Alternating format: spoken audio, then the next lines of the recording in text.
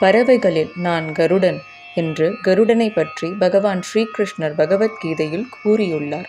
அத்தகைய சிறப்புமிக்க கருட தரிசனம் எந்தெந்த கிழமைகளில் கிடைத்தால் என்னென்ன பலன்கள் என்று பார்ப்போம். ஞாயிற்றுக்கிழமை தீராத நோய் நீங்கும்.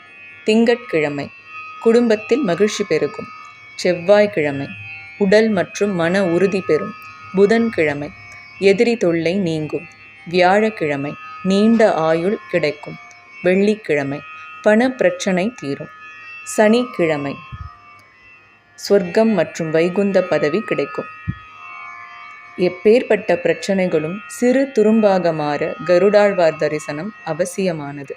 நாமும் அவரை வணங்கி பரந்தாமனின் பேரருளை பெறுவோமாக. ஓம் நமோ நாராயணா.